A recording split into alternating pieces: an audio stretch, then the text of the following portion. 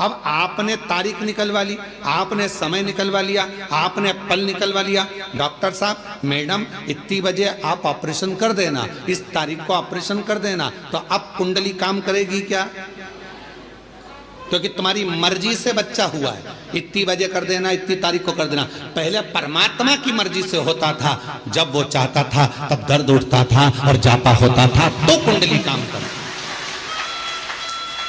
पत्रिका काम करती। अब तुम्हारी मर्जी से हो रहा है, तुमने कह दिया बुधवार के दिन इतनी बजे, इतनी तारीख को इतनी बजे बच्चे को जन्म, ऑपरेशन कर देना, बच्चा जन्म ले लेगा, और तुमने फिर वो बनवाई। अब वो काम क्या करें?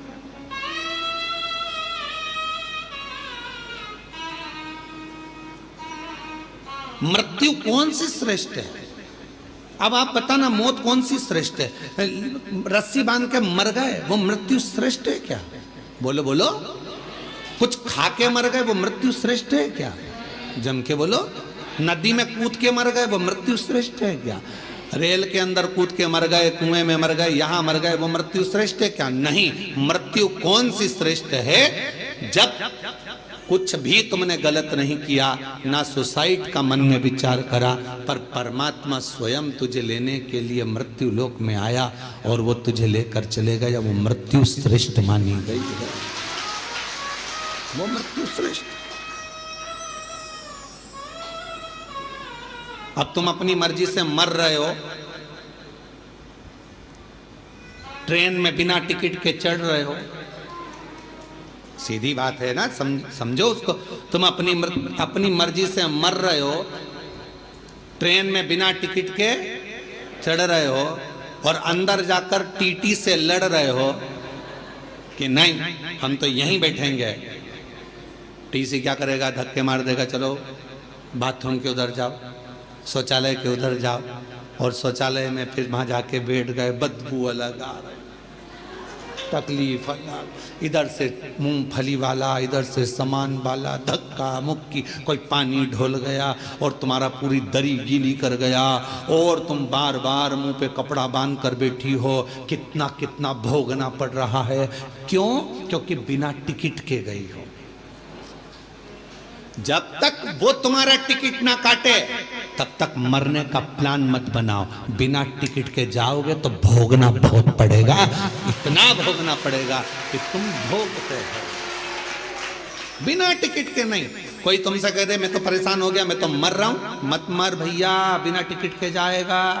एक बार ट्रेन में सफर करके देख ले, बाथरूम के पास बैठ के जाना पड़ता है, बिना टिकट के कितना धक्का खाना पड़ता है, कितनी गाली खाना पड़ती है। कोई पानी ढोल जाता, कोई कुछ कर जाता, कहीं का बीड़ी वाला बीड़ी का धुनक रहा है, कोई सिगरेट वाला, कहीं तंबाकू वाला, कहीं ये वाला, कहीं वो वाला। उसी तरह अगर बिना टिकट के चले गए, परमात्मा लेने नहीं आया और तुमने सोच लिया मैं तो मर जाऊं, और तुमने सुसाइड कर ली, याद रख लेना, ट्रेन का सफर कर कर देख लेना, बिना टिकट के कितने धक्के खाना पड़ते हैं। उसी तरह बिना बुलाए अगर तुम चले गए, सारे नरकों में धक्के खाओगे, इधर से कूचा, उधर से कूचा, ऊपर जाके कहोगे अब दोबारा से सुसाइड नहीं करूंगा, अगला जन्म दो, फिर कभी नहीं मरूंगा।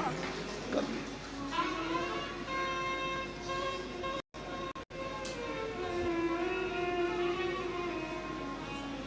मृत्यु जब वो देगा श्रेष्ठता में, तो मौत का कोई समय नहीं है मरने का समय। मुहूर्त निकाला है तुम लोगों ने,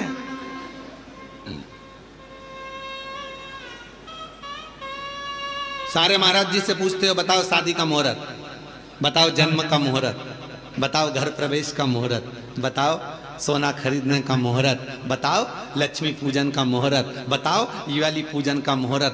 पर कोई एक पैदा हुआ हो ऐसा संसार में जिसने महाराज जी से जाकर पूछा हो कि बताओ हमारे मरने का मुहूर्त, हमारे मरने का मुहूर्त बताओ कि कौन सी घड़ी में मरूं मैं,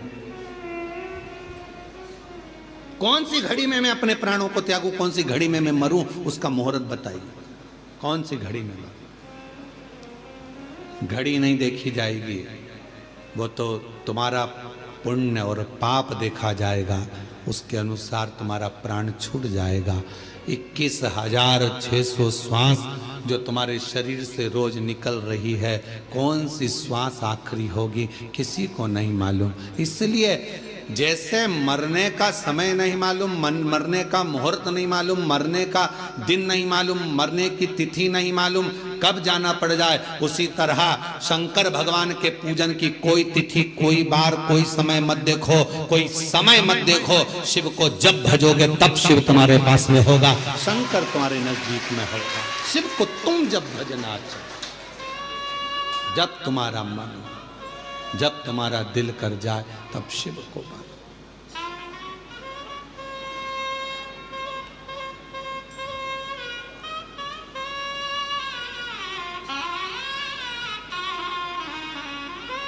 और महादेव नमन चरणों में स्वीकार कीजिए, सबका किया है मेरा भी उद्धार कीजिए, उद्धार कीजिए। है त्रिपुंडधारी, है त्रिशूलधारी, है त्रिपुंडधारी, है त्रिशूलधारी। चरणों में तेरे बाबा जी पावन है चारों धाम, चरणों में तेरे बाबा जी पावन है चारों धाम। तेरी देव करते वंदना, पूजे हैं सीता, हो जाए पूरी कामना, हो जाए पूरी कामना।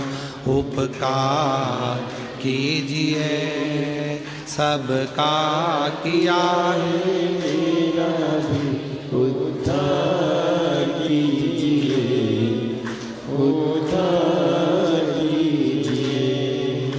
है त्रिपुंडधारी, है त्रिशूलधारी, है त्रिपुंडधारी, है त्रिशूलधारी। ये आपकी कृपा हो, है त्रिपुंडधारी, है त्रिशूलधारी। ये आपकी दया, आपकी करुणा हो, इससे ज्यादा कुछ नहीं।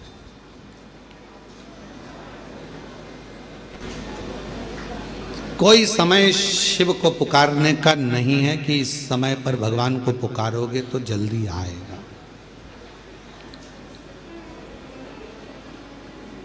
शिव को जब तुम्हारा मन कर जाए, जब तुम्हारा दिल कर जाए, जब तुम्हारा हृदय कर जाए, तब शंकर को पुकार लो, उसको बुला लो। तुम्हारा जब मन करे, तुम्हारा जब दिल कर जाए, तब शिव को। एक कथा आती है बड़ी सुंदर।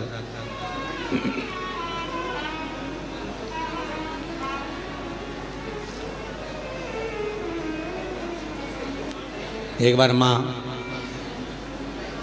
जगत जननी जगदम्बा अम्बा माँ पार्वती जी कैलाश पर बैठी थी। भोगरदानी नहीं थे उस समय पर। भगवान शिव भोगरदानी उस समय पर वहां नहीं थे। माँ जगत जननी बैठी हुई थी।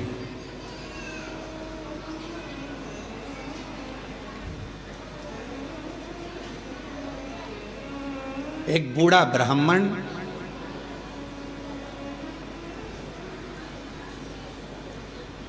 साधारण सी जिंदगी जीने वाला, बिल्कुल सहजता का जीवन जीने वाला,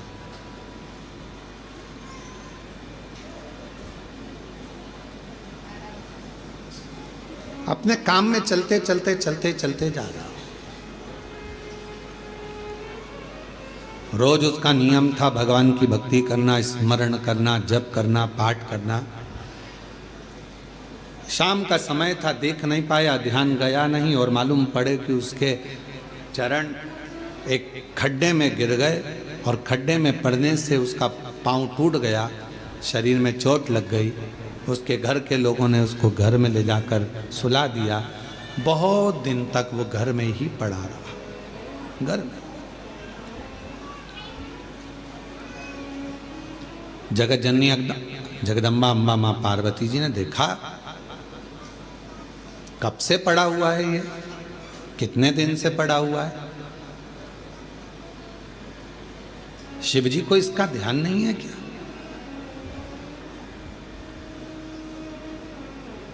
कई लोग कहते हैं कि भगवान सुनता नहीं है क्या? कई लोग कहते हैं भगवान क्या देखता नहीं है क्या? हम इतना भजन करते हैं और हमारे एक रिश्तेदार हैं वो हमको तकलीफ देते रहते हैं और इतना फूल रहा फल रहा, हमारे पड़ोसी इतने फल रहे फूल रहे जो भगवान के मंदिर तक नहीं जाते और लोगों को परेशान करके रखा है, उसके बाद भी उसको भगवान इतना दिए जा रहा है। क्या भगवान नहीं है क्या? क्या भगवान की आंखें नहीं है क्या? लोग कहते हैं। हम इतना तपस्या करें, भजन करें, कीर्तन करें और दुख भी हमें ही आ रहा है, और वो इतना कष्ट देने के बाद दुनिया के लोगों को चूसे जा रहा है, धन लिए जा रहा है, लिए जा रहा है, लिए जा रहा है, लोगों को कष्ट दिए जा रहा है और उसके बाद भी फल फूल रहा है। क्या भगवान नहीं है क्या? है तो फिर जो इतना दुनिया को कष्ट दे रहा है वो इतना फल फूल क्यों रहा है? उसका कारण आज का नहीं है, पूर्व का है। कोई पिछले जन्म का उसने अच्छा कर्म करा होगा तो आज उसको भगवान ने इतना गाड़ी बंगला सत्ता वैभव जायदाद सब पूर्व का करा होगा, आज भोग रहा है। और आज आने के बाद अगर वो बेकार कर्म कर रहा है तो एक जन्म नहीं ना जाने कितने जन्म भोगेगा। और तू आज अच्छा कर रहा है, दुख मत मना। तूने पूर्व में कोई गलत कर्म करा होगा तो आज तेरे पास में ना थोड़ा धन कम है, वैभव कम है, सत्ता कम है, पर तेरे पास भजन तो ज्यादा है ना। भजन तू कर रहा है, शिव की आराधना कर रहा है, साधना कर रहा है, कर ले, अगला जन्म सवर जाएगा तेरा। फिर तुझे कोई जन्म नहीं लेना पड़ेगा, कोई जन्म, फिर तुझे कोई जन्म नहीं लेना।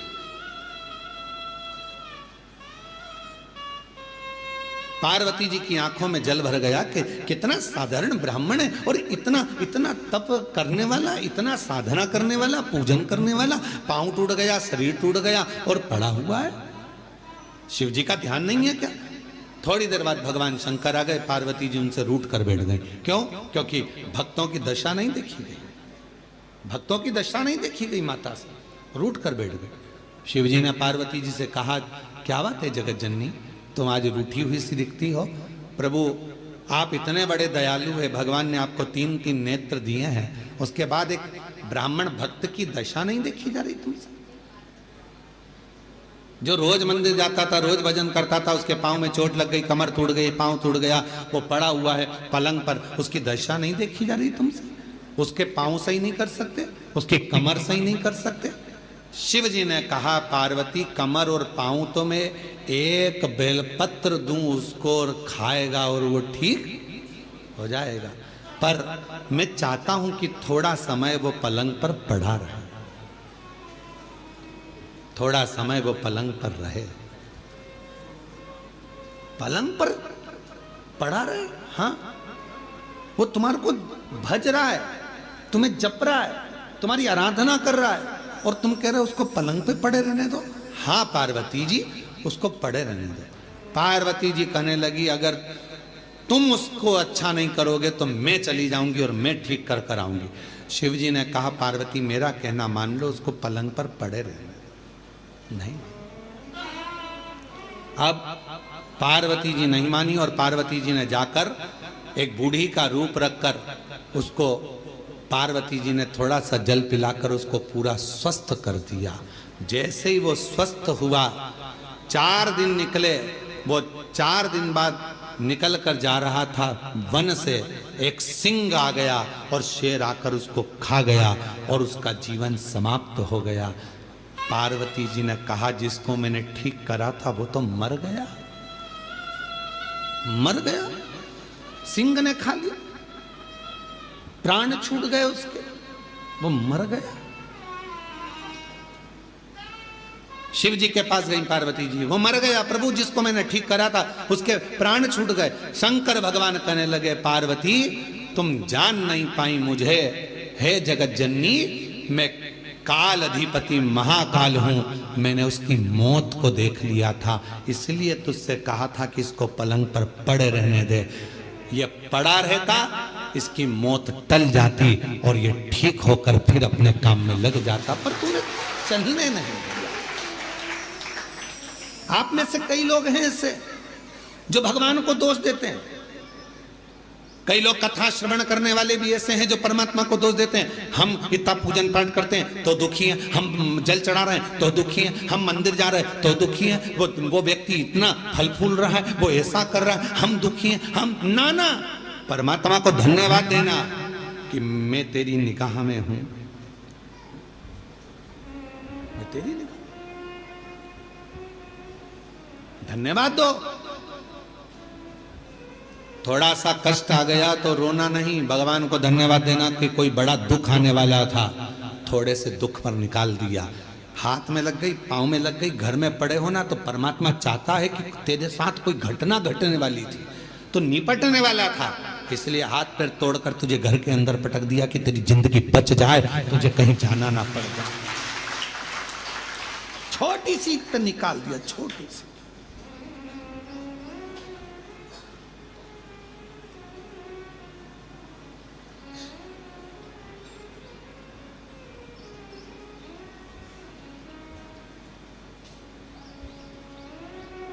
पहचान हो जाती है ना शिव जी से, तो वो बड़े दुख को छोटे पर लाकर छोड़ देता है। दुख तो आएगा क्योंकि हमारे पूर्व का कर्म हमें भोगना है, पर बड़े दुख को छोटे पर लाकर छोड़ देता। पहचान है तो तुम्हारे गांव में हॉस्पिटल है? अरे बोलो तो ठीक है।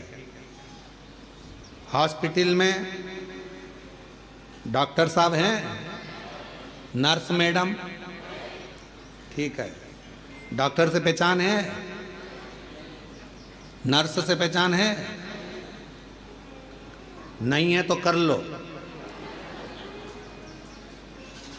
डॉक्टर से पहचान होगी तो ज्यादा दवाई नहीं लिखेगा, नर्स से पहचान होगी इंजेक्शन भी लगाएगी तो धीरे से लगाएगी, पहचान वाली है, नहीं तो टोच देगी।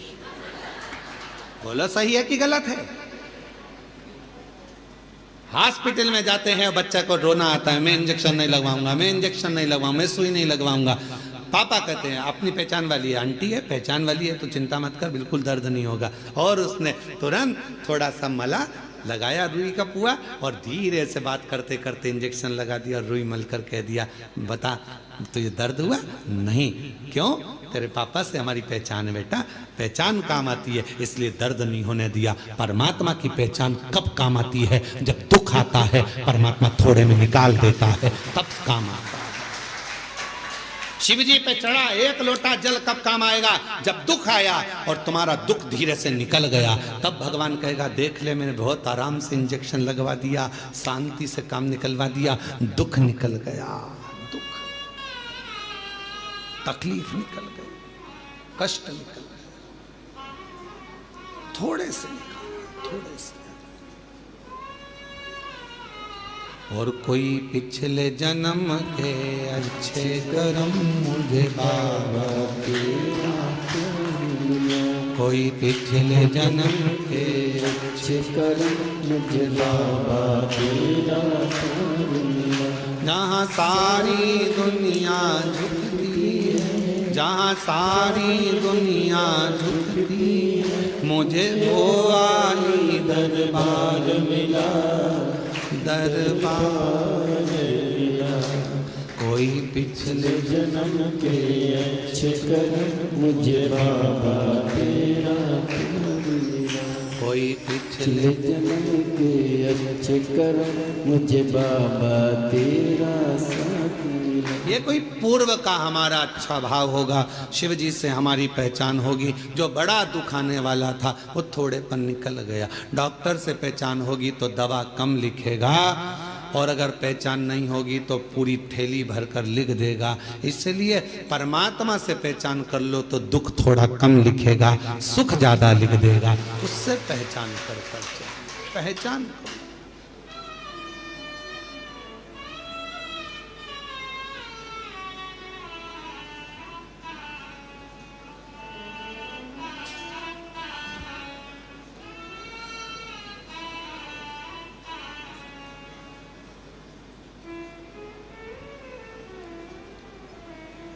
और शिव से भगवान शंकर से प्रीत बढ़ाई। महाराज आप कितनी पूजन करते हैं, कितना पाठ करते हैं, किसी को मत बताओ। गंदगी उजागर कर दो। शिव कथा कर रही है, गंदगी उजागर कर दो पर बंदगी उजागर मत करना। उस बंदगी में मेरा शिव बसता है। उस बंदगी, प्यार मुख से बोलने से नहीं होता। पत्नी सोचती है पति मुझे बहुत बार बोले मैं तुमसे प्रेम करता हूं, मैं तेरे बिना नहीं रह सकता, मैं तेरे बिना नहीं रह सकता। ये प्यार नहीं है। 24 घंटे बस बोल दे वो कि मैं तेरे बिना नहीं रह सकता, इसको प्रेम कहेंगे? प्रेम वो है, प्यार वो है। पति बीमार पड़ा और पत्नी उसकी सेवा में लगी है, और पत्नी बीमार पड़ी तो पति भी उसको पानी लाकर दे रहा है, तो वो प्यार है, प्रेम। सुख में प्यार झलके वो प्यार नहीं हो सकता, वो प्रेम नहीं हो सकता। इसलिए शिव महापुराण की कथा कर रही है। तुम कितना भजन करते हो, कितना अनुष्ठान करते हो, कितनी कथा सुनी, चाहे तुम 50 कथा सुनो, 100 कथा सुनो, तुम्हारा मन बढ़ जाए तब टीवी चालू करो और शिव महापुराण की कथा सुनो 1000 बार। एक बार नहीं, कुबेरेश्वर धाम जब तक जिंदगी है बाबा से कहकर जाना, तेरे दरवाजे पर बुलाते रहना, तू कृपा करते रहना, तू देते रहना, मैं आते रहूं। जब तक तू देगा नहीं तो मैं आ नहीं सकती। टिकट कहां से लाऊंगी, किराया कहां से लाऊंगी, शरीर अच्छा रखना, तू देते रहना, मैं आती रहूंगी। तू झोली भरते रहना, मैं हर महीने आऊंगी। उससे कहकर जाना, ये मत कहकर जाना कि एक बार ही जाऊंगी, एक बार ही आई हूं मैं तो भैया अब अगली बार आऊं कि नहीं। ना ना, तू देते रहना, मुझे बुलाते रहना। दामोदर प्रसाद जी भगवान को कहकर जाना, भोलेनाथ जी को, जैसे पूरे गांव के साथ में कथा सुनने आया हूं, ऐसे 1-2 साल में फिर बुला लेना। इतना देना कि फिर बाबा बुलाए, फिर बुलाना। और आप भी बाबा से कहकर जाना कि बाबा हमको ऐसा देना कि जैसे दामोदर प्रसाद जी 500 लोगों को लेकर आए हैं, हम भी 500-700 लोगों को, अपने गांव के लोगों को, परिवार के लोगों को लेकर आए और खूब प्रेम से कुबेरेश्वर धाम में ठहरे और बाबा की कथा करवा कर फिर जाओ। भाव रख कर जाओ, बाबा से कहकर जाओ। एक बार नहीं, तू देते रहना, मैं आते रहूंगा। अपनी बंदगी को उजागर ना करिए, अपने प्यार को उजागर ना करिए, दिखावा ना करिए।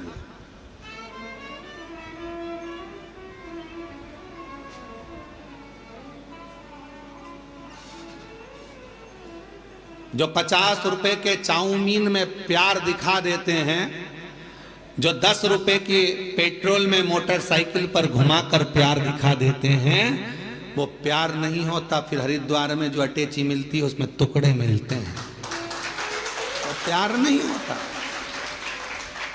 वो प्रेम नहीं है। इसको प्यार नहीं कह सकते, इसको केवल कहते हैं लव जिहाद का शिकार होना। इसको प्यार नहीं कह सकते। प्यार में कत्ल नहीं होता, प्यार में खून नहीं होता, प्यार में तलवार की घात नहीं होती। प्यार में तो नयन से अश्रु बहते हैं और उससे मिलने की तड़पन होती है, तड़पन। यहाँ से जाने के बाद आपको घर पर पहुँचने के बाद कुबेरेश्वर बाबा जब याद आए ना, वहाँ यहाँ की चर्चा जब आप अपने गांव में जाकर करो तो याद रखना कि तुम शिव जी को याद नहीं कर रहे हो, सीहोर का कुबेरेश्वर बाबा तुम्हें याद कर रहा है, तुम्हें प्रेम। ये प्यार है, इसको स्नेह कहते हैं।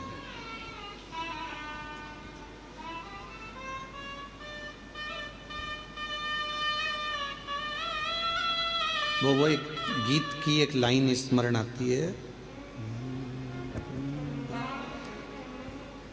आग में जल कर देख लिया, तेरे प्यार में जल कर देखूं। वो आग में जल कर देखा है, अब तेरे स्नेह में, तेरे प्रेम में जल कर। कितना प्यार है। हिरण्यकशिपु ने 15 दिन तक एक लोहे के खंबे को आगी में जलवाया। 15 दिन तक आगी में लोहे के खंबे को जलवाया, लोहे के खंबे को। सभा में लाकर खंबा खड़ा कर दिया। हिरण्यकशिपु ने प्रहलाद से पूछा, बता क्या तेरा भगवान इस खंबे में है? प्रहलाद विचार करने लगा, क्या बोलूं मैं, मेरे पिता को कैसे समझाऊं कि वो तो कण कण में है, तो खंबे में भी होगा। क्या तेरा भगवान इस खंबे में है? प्रहलाद ने मुस्कुराकर कहा, हाँ इस खंबे में भी मेरा भगवान है। तो लग जा गले, भगवान है तो लग जा गले। प्रहलाद जाने लगे।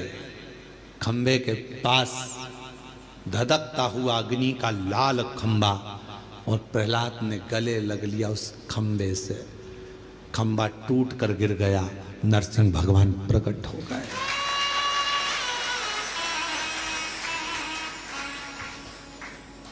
तुम अग्नि में जल रहे हो, तुम दुख में जल रहे हो, तुम कष्ट में पड़े हुए हो, तुम तकलीफ में पड़े हुए हो। तुम्हें लग रहा है कि परमात्मा साथ क्यों नहीं दे रहा? भगवान कह रहा है तू मेरे अग्नि के खंबे के पास तक पहुंच गया है, डामाडोल मत होना, विश्वास मत छोड़ना। प्रहलाद जैसे दुख में भी मुझे गले लगा कर रखना, मैं प्रकट होकर तेरे दुखड़े को काट दूंगा।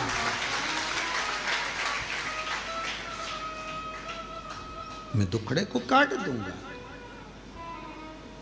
आग में जल कर देख लिया, तेरे प्यार में जल कर देखना है। तेरे प्यार में जल कर देखना है। उससे स्नेह, उससे प्रीत, उससे प्रीत, उससे स्नेह करे।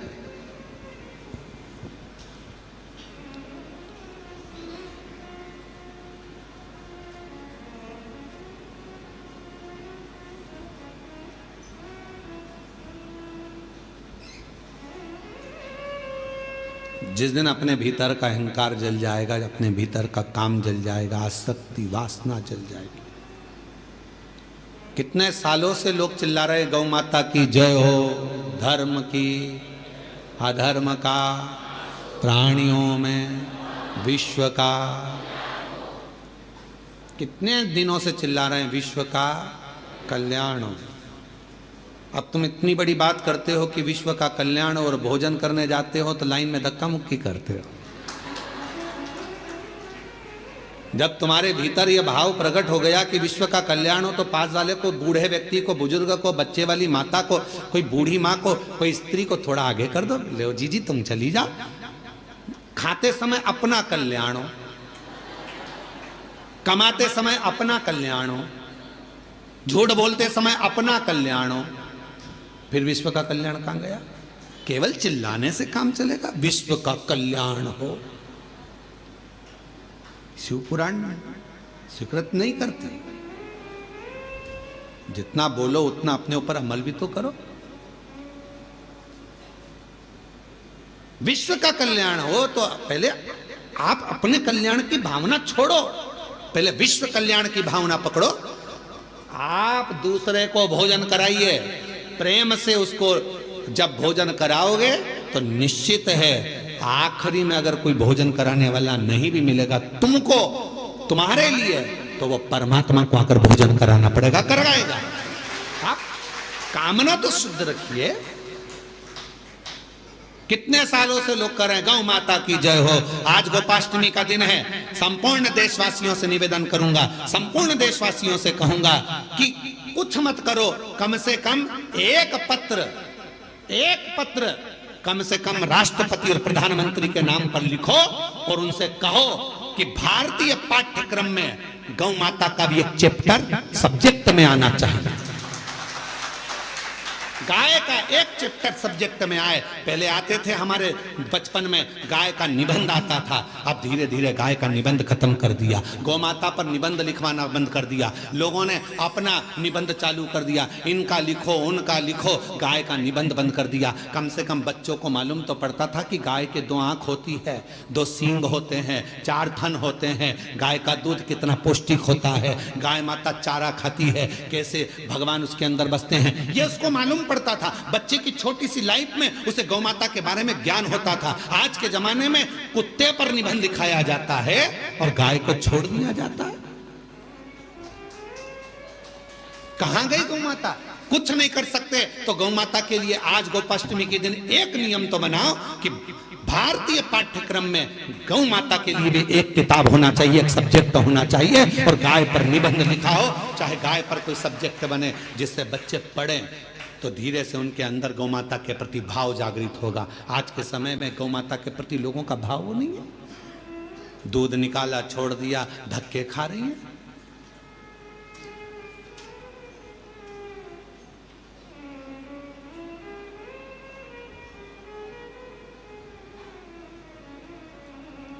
कई लोग चिल्ला चिल्ला कर कहते हैं इतनी सारी गौशाला खुल गई हैं, इसके बाद भी गाय रोड पर घूम रही है। हमारा निवेदन है, जो चिल्ला रहे हैं उनसे निवेदन है, उस रोड की सारी गाय को भर कर लिया और गौशाला में बांध दो। पर वो गौशाला में बनती तो है, थोड़े समय के बाद उसी गाय का सेठ आता है, रोज शाम को गाय को गाली देकर छुड़ाकर अपशब्द कहकर ले जाता है, दूध निकालता है, फिर रोड पर छोड़ देता है। हमारी गाय क्यों पकड़ के ले गए? क्यों बांधी तुमने गौशाला में? क्यों ले जाकर धर दी गौशाला में? गौशालाएं तो खुली हैं गौ माता के लिए। रोड पर खड़ी हुई गायों को भी रखने को सारी गौशाला के मालिक तैयार हैं। सारी गौशाला में गायों को रखने को तैयार हैं। पर जब गाय अच्छी हो जाती है, स्वस्थ हो जाती हैं, उनके मालिक फिर आकर खड़े हो जाते हैं। हमारी गाय तो लड़ाई करते, झगड़ा करते, अपशब्द करते, ताना देते, गौशालाओं में उपद्रव मचाते। कहना सरल है, करना कठिन है।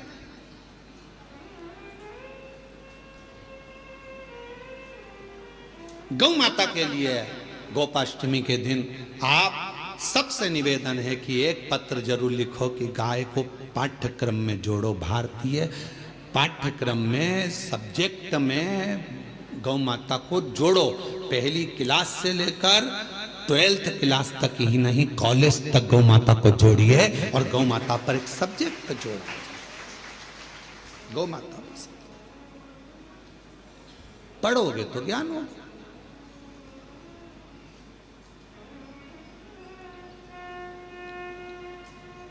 शिव तत्व है। गौ माता की बोलो बोलो जय तो बोल लो। गौ माता की, धर्म की, अधर्म का, प्राणियों में, विश्व का, सबसे पहले अपना हो। ये भी तो बोल दिया करोगे, पहले अपना हो। भारत दूसरे को सहयोग प्रदान करिए। सहयोग ने शिव जी से कहा कि आपने उसको ठीक नहीं करा, मैंने कर दिया। शिव जी तो कुछ बोले नहीं। 4 दिन बाद वो ब्राह्मण जा रहा था वन से, शेर उसको खा गया, प्राण छूट गए। पार्वती जी को मालूम पड़ा कि वो मर गया। जिस ब्राह्मण को मैंने बचाया था वो मर गया, उसके प्राण छूट गए। रोती हुई पार्वती जी शिव जी के पास पहुंची, प्रभु मैंने उसको बचाया था, वो मर गया। शंकर भगवान कह रहे हैं जब वो मेरे मंदिर आता था, पूजन करता था, आराधना करता था, साधना करता था, उसके बाद भी उसके पांव तोड़ दिए, खड्डे में गिर गया, कमर टूट गई। वो घर में पलंग पर पड़ा था, क्या मैं सही नहीं कर सकता था? सही करता, मैं थोड़ा धीरे धीरे करता। क्यों? क्योंकि उसके माथे पर जो काल मंडरा रहा था वो काल टल जाता। मेरा नाम महाकाल है, मैं किसी भी तरह अपने भक्त को बचाने का प्रयास करता हूं। मैं अपने भक्त को बचाने का प्रयास करता हूं क्योंकि मैं महाकाल हूं। थोड़ा सा दुख दूंगा, तुम टेंशन मत लेना, मैं तुम्हारा पहचान वाला हूं। थोड़े धीरे से दुख को निकाल दूंगा, सुई धीरे से लगने दूंगा, और केवल इतनी सुई लगाने के बाद थोड़ी सी रुई भी रख दूंगा, हिलाते रहना, चिंता मत कर। दुख आया है, धीरे से भजन का रुई लगाओ, धीरे धीरे धीरे धीरे ठीक होता चले जाए। उसको एक पत्र है, अच्छा है।